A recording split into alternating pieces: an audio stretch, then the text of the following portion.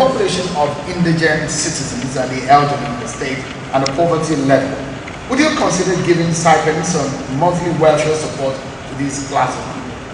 Well, before I go into that, I don't have a minute. Let me say first that the issue of light in the South is something that is very important. Mr. Governor had been on the seat for the past 3.5 years. There's no light in the South. Now, having said that, let me say that the elderly and the pregnant and those who are physically challenged are vulnerable in society. And what I believe we should do is to ensure that we give them comfort and welfare. First of all, those who are elderly and who have been part of the civil service should earn their pension, should earn their gratuity. Because it's not a privilege, it's a right. And once you are able to take care of that sector, then you have taken care of some part of those elderly. Then in terms of stipend, once we are able to take the census of those old women and the funds are there, it will be appropriate thing to do to give them some comfort. If there is no stipend, then we must ensure that their children are given opportunity to have access to education. Governor Akeredolu, same question. Indigent citizens and the elderly in the state with a poverty level, would you consider giving stipends monthly welfare support to this class of people? Well, let me also start by this reporter. He said, I've been in office for 3.5 years. He was part of the government that was there for 8 years. For those 8 years, the southern part of the state never had light. Light did not blink. So I've just come, and we are saying that even before we end this first term, there will be light there because they have signed agreement with Tomato Shop and the transition line already completed. That's what we are saying. So if in 8 years nothing was done, I don't know who's to blame really. But when you talk about the vulnerable, we are working on them. That's why for us, when we talk about elderly, a number of them are through federal government today. They are having money paid to them monthly, every month. So the vulnerable ones, we are concerned about them. We are worried about them. Those who are vulnerable have access to free medical care. Those who are what we call all right. Now, the last very question on this issue of the economy has to do with civil service in Ondo State.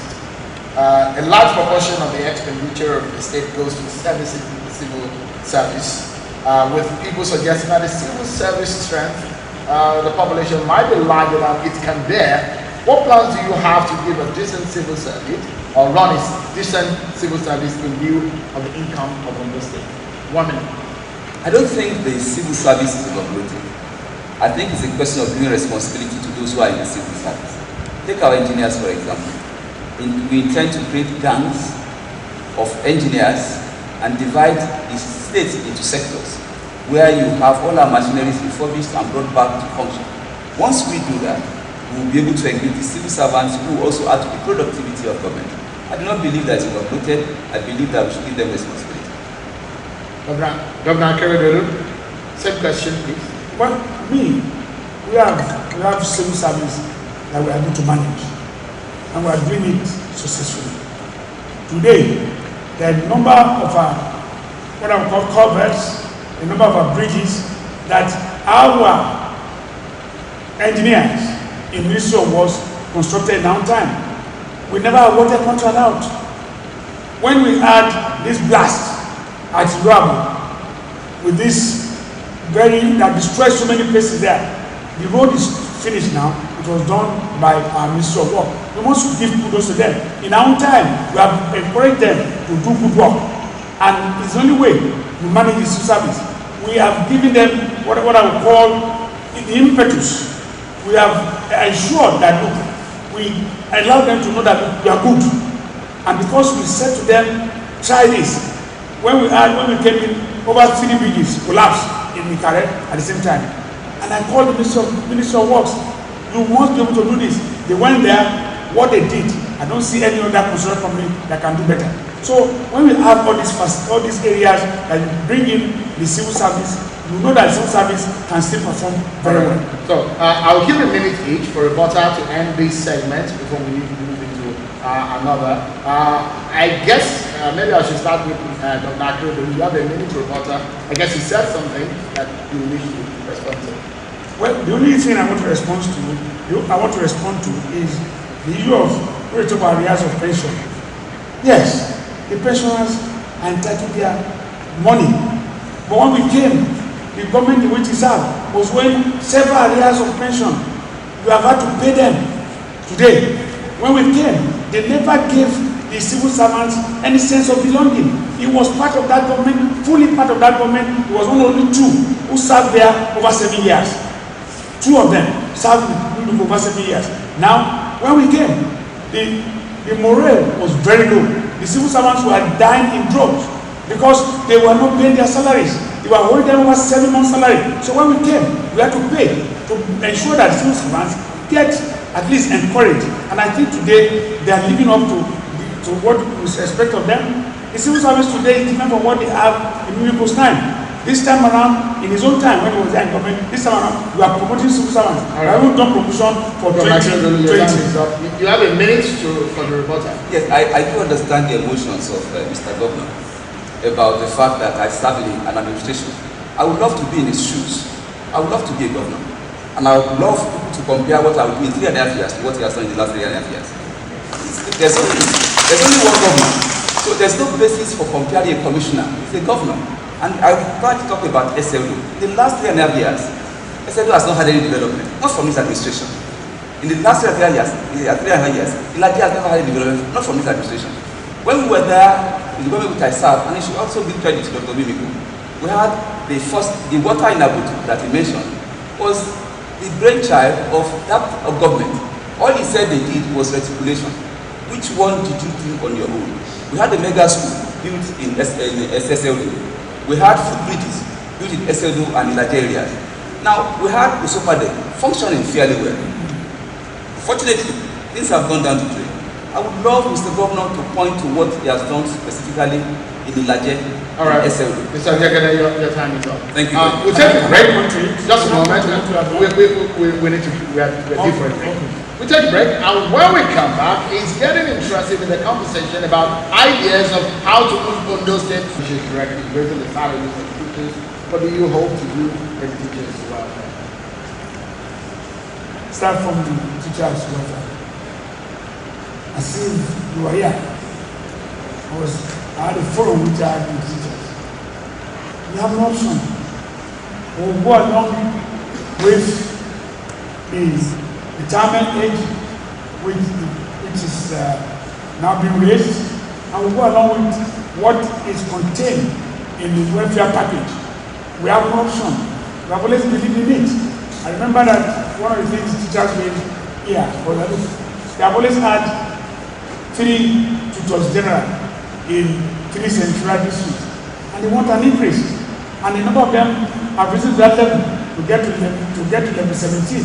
And I've said to them, we will increase the number of tutors generals we have in the state. That is for teachers and their welfare. And for me, if I got to, can you give me the other part of the question? So I was asking about the fees and the increase in the fees, and some of the schools have been now tagged elitist because of the. I don't see any school doing tagged elitist. I have argued that point. When we got here, where my learned friend was Attorney General, the fees in Unimed was 400,000. The fees in OASU Tech, that's the University of Technology, was above 150. Nobody complained. Now the concentration is in Akuba, and what we have done in Akuba is that we have said to the students, the least fees charged in any university, state university in Southwest, we will charge it. And that we have done. And they came in and worked at it, and themselves brought the details, all the facts, and we now did that. They accepted. It is now political time. Politicians are not talking about increase of fees. I believe we are going to do it.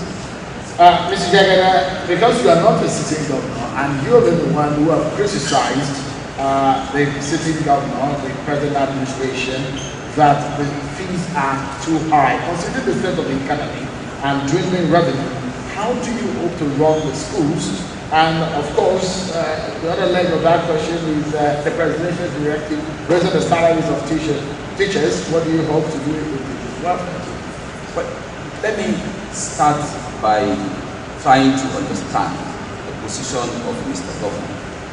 I think it depends on priorities and what importance you place on education. Education is the mainstay industry of people like us in the Southwest.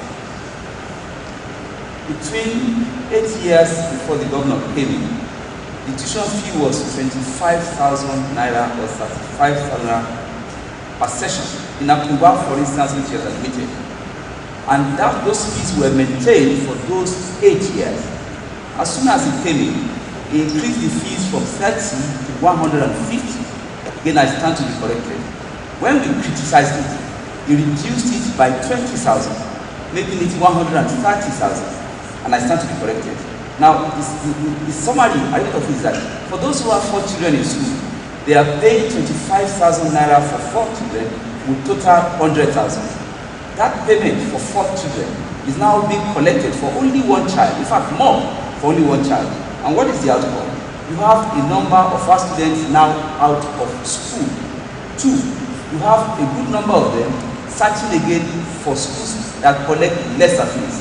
Kogi, for instance, Kogi University, Aniba, and then the Polytechnic in Ekiti, that are charging 45,000 naira. Now, what has happened is that the same government has now lost the revenue of those who have migrated from this school. So go to the Polytechnic in Owo. Before now, you see a lot of activities in front of that Polytechnic. Photocopy machine, food industry, canteens, people carry on business. It's not like a ghost town. The reason is that the number of students have dwindled. And again, I stand to be corrected. The truth of it again is that teachers are not being encouraged because of non-payment of fees. Again, I stand to be corrected. In our Polytechnic, I know that recently they were paid 7 months salary. Your time is up, Mr. Gegede. Thank you. The other leg you were not able to answer, but I know Dr. Akeredolu wanted to rebut on that. You have a minute to do that. Thank you. Now, when my learned friend spoke about reduction born out of criticism, whose criticism? Not him. Well, they did not see anything in the first instance for. Now, the students were the ones that came. When the government council increased the fees, they came to me. And I invited the government council and we met. The fees was reduced in the first instance. And students went to school, paid that fee for 2 years without complaining. Now, when I had a program on the television, the question was asked. And I said, look, where I am is simple. If the students can come up with any fee of any state university in Southwest that is lower than ours, we will comply. And that's how we came about further reduction. And the students are happy with it. So I don't see any problem in that. For me, the students are happy and they're ready to play. Let me allow Mr. Gegede to respond. Your own minute for the report. Now, there should be no basis for the value of education to say that unless you find a state in the Southwest that is charging lesser fees, you cannot charge lesser fees. No. Some governments have given us free education in the Southwest of this country, and we have benefited from it. It was not that it was easy, or it was easy to fund it. It is because you have to prioritize what you think should apply as the greatest benefit for the greatest masses of people. That's my answer. All right. So we've come to the base of the debate tonight, but we've come to the point where I'll allow both of you to ask questions, and we have a minute to answer. I'll start with Mr. Gegede. You're going to ask Dr. Akeredolu a question, and you have a minute to answer. Please, go ahead. Well, this is okay. Let me ask. So, Governor, will you be prepared to reduce the tuition fees to what operated before you came in, at least for university students? Well, it is something I believe this state cannot do. I am not prepared to do it because we have responsibilities, and those responsibilities were put on us by the government serving. This state has no business having 3 universities at the same time. Today, if they were allowing 25,000 when they had 2 universities, when you now have 3 universities, it is a whole lot of responsibility. And I believe quite strongly, for that matter, that we have more than what we are doing, more than what we can buy, or we are buying more than what we can choose. Sorry for that. And for me, it is for the good of these people, of our people, that our students will go to university and have proper university education, not have great education, not one week because you are paying students, you don't get proper education. We are giving them proper education. That's why today, Adekunle Ajasin, that you are talking about, is the best university, state university in Nigeria. You have opportunity now to ask him a question. Thank you. Well, Tayo, the Yes. question I will ask you is, you have toured around this state, and I want you to be honest to the people. Have you not seen the impact of good governance in this state today, in terms of infrastructure, in terms of our primary schools, in terms of provision of water, in terms of industrialization? That was not nowhere to be found before I came in. Have you not seen anything? Tell them. Unfortunately, I have not seen. Unfortunately, I've not seen in Ilaje, I've not seen the infrastructure, I've not seen in SLW, I've not seen in Irene. Even in Akure? I have not seen enough. I have not seen enough in Akure. All I can tell you is I will do more than you, sir. If you do that, more than you. Your government will do that at all. I will do more than no, why do no, I don't know what you have. He said I should be honest. He said you have not seen. I've pointed out to you so many places. Did you see Ikare? Did you see Akure where you are? Look, I intend to complete your project, sir. You want to complete my project. What I said is this. Tayo, your own time. Yes, sir. You go to your house. Was not tired. I tied you for you. Did you see your road? That was start because your SA infrastructure is on that road. Not my case. But we need to go now. I thought you go for the In charge of work. We have the time. Change around that place. So, we need to go now, but let me allow about 20 seconds. He said because my eyes say, you know there. No time. I tied you for you. No, I thought that was Arákùnrin sir. Ẹ̀fọ́ Mr. Jekele, let me for your closing statement. Yes, Ondo State to give us an opportunity to have a fresh face and fresh ideas. I concede that all governors have done their best, but most of the time their best is not enough for our country, for our state. And what I bring on board is transparency, honesty, and readiness to work, and to open our state for governance to all the people. And I will borrow his words: the government of the people, by the people, for the people. All right. All inclusive. Mr. Jekele, All inclusive. thank you so much. Governor, you have about 15 seconds for your closing statement. Thank you. What I call on our people today, the good words are there for you to see. We have done very well, and I can say that without blinking an eye. I am not blind. I can see the works you have done. Most of people in the state can see the works you have done. And some of them are not yet completed. And some have to be sustained. Sustainability is based on continuity. Thank you so much. Continuity is the key word. Mr. Jekele, thank you indeed for showing up tonight and talking to the people of Ondo State. As we close this debate, I'd like both of you in a show of friendship and to elbow shake as we close this debate. Thank you so much, gentlemen. And I even understand my friend. And that's it. On behalf of our partners, thank you so much, everyone, for watching. It's goodbye. What a case.